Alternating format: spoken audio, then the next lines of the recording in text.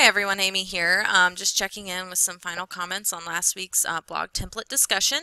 I'm going to keep my comments as brief as possible this time because I'm on vacation and working with a slower than normal internet connection, and so I want to make sure that everything uploads correctly. So I'm just going to try to get through this as simplistically as possible, I guess you could say. Overall, this was one of our most successful discussions as a whole. I think that was obvious when I put in your grades a few minutes ago, because on average I think our grades were the highest this last week on the discussion than as they've ever been.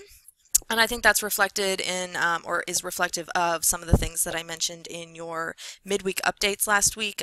This was just a activity that you guys were all really successful with, and then also I think in some of the discussion over the course of the week, I saw that several of you were pretty engaged and kind of enjoyed doing the activity. So I think that helps too, and again is being reflected in those higher than average grades that you'll see in the discussion this week. So I just want to focus today primarily on your reflections at the end of the week. I did see several of those good conversations that I mentioned midweek playing out throughout the weekend with other really good comments, but instead of focusing on those here, because I've already talked about those in my midweek updates, I want to just highlight some of the most important things that I saw coming out of your reflections, which again were very strong this week as usual. So I pulled some out here with my little patriotic colors, as you can see. One person says, "This was a fun exercise. I really enjoyed looking at everyone's designs. The input I received was great and opened my eyes to a few things I wouldn't have noticed. It is always helpful to see through others' eyes. I think that the suggestions I received, as well as some of the suggestions and likes I saw on other posts, will help me when I am considering the design for my campaign analysis blog. Thank you everyone for your ideas." So just a couple of important things here. Of course, the whole point of this is to get you guys interacting and giving each other feedback and doing some collaborative learning where you guys get to teach each other.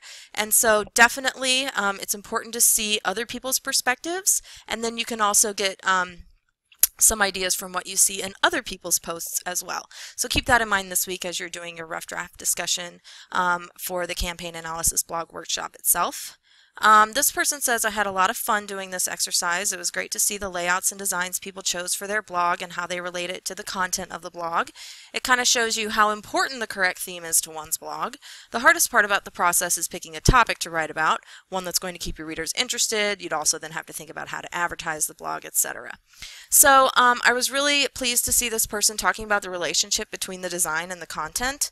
You do want the two to connect. I know that some of you for this initial just kind of icebreaker post were doing more personal topics and, like, you know, even politics or the media or diet and exercise, like I mentioned midweek, and that's fine. If you're going to have a particular theme or topic like that, by all means I encourage you to connect your visual rhetoric to that theme.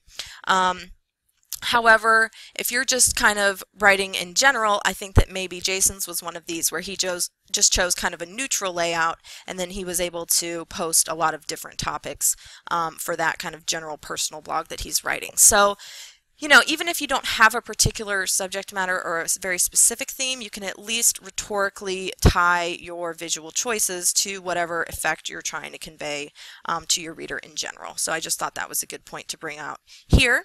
And then this last part is kind of beyond the scope of this assignment or how far we can get in this class, but in your personal life when you do your blogging, if you so choose, this is definitely something that you will have to consider.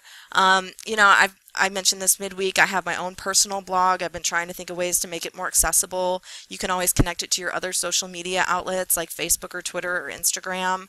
I, you know, do a lot with labels. I try to be really consistent in my labeling, and then I have a Pinterest board that I connect everything to because it is a DIY blog. And so I think just kind of a connection and consistency in the kind of labels you're using throughout. And then I also have a friend who's told me that the more text content you put into your website or your blog or whatever it may be, the easier it is for search engines to kind of crawl through.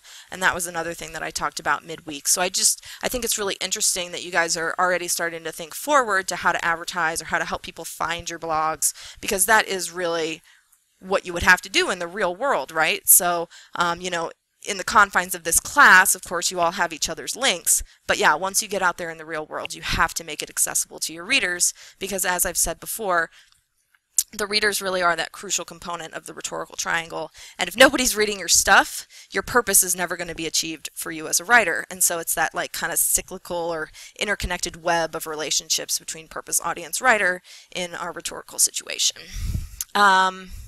Okay, and this person says, this assignment has been one that I've enjoyed most out of the semester so far. I think it's a valuable skill to know how to write in forums such as blogs, but also to understand how to create a blog that's visually appealing. While I enjoyed the assignment, I think I would improve upon it in a few ways. I think it would be beneficial to extend this assignment to more than just 1 or 2 blogs. Something else that would have helped me would be to have a tutorial posted on how to use Blogger, as parts of it were confusing to me. I think this assignment was really well suited to having peer feedback, and I know the feedback I received helped me improve my blog template. I hope my feedback to others was helpful as well. So this last part I think we've kind of already touched on. I'm glad to see you guys bringing this up though, because it does lead in nicely to our rough draft workshop discussion that we're starting today for week 6. But this stuff up here I really appreciate anytime you guys give me feedback. Please don't be afraid to do so. It really helps me make the class better for future semesters.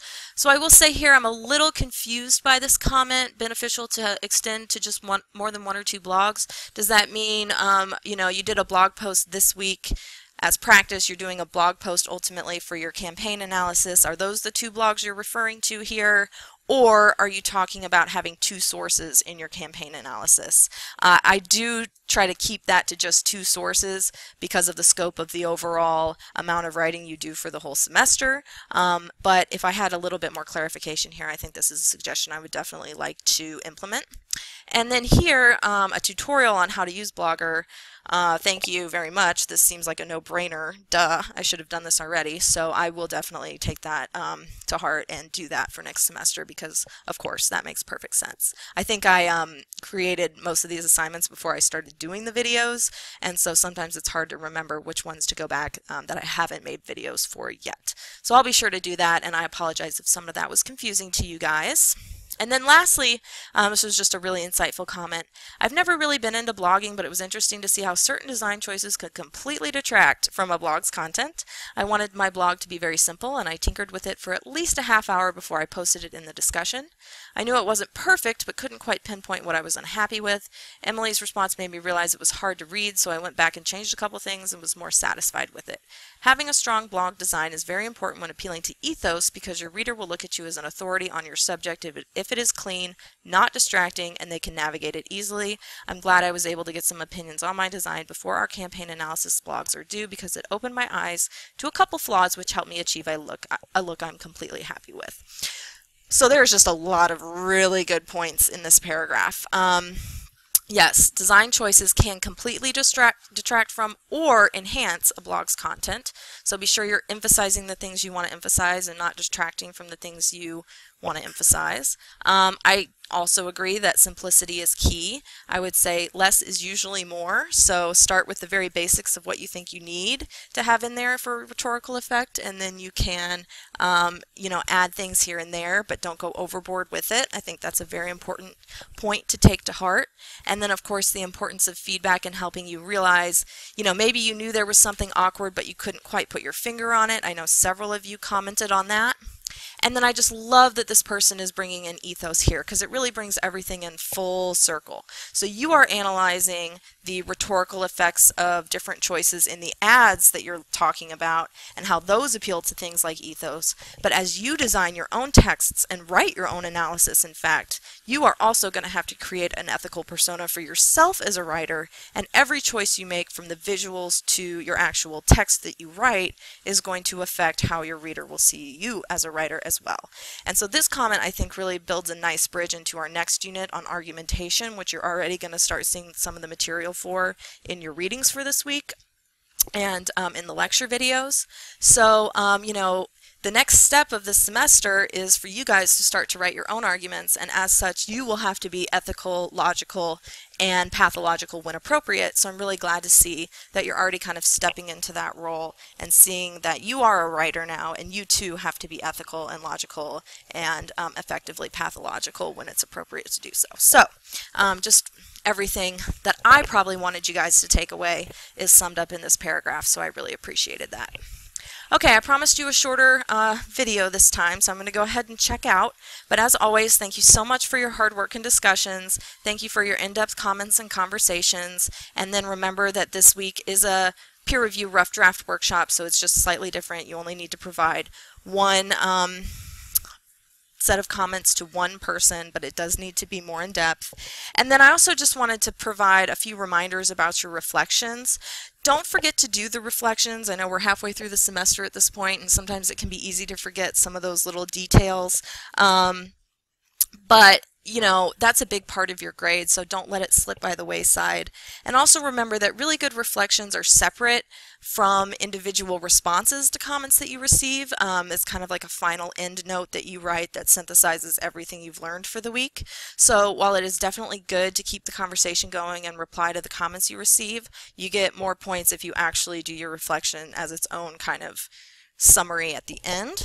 And then also, even if you don't get any comments from anyone, remember that you can still provide a reflection based on what you saw in other people's posts as you commented and just your overall learning experience with the activity in general. So please do keep up the good work this week and in all your future comments, reflections, and discussions. And good luck with your rough drafts. Please do email me if you have any questions, as always. Thank you.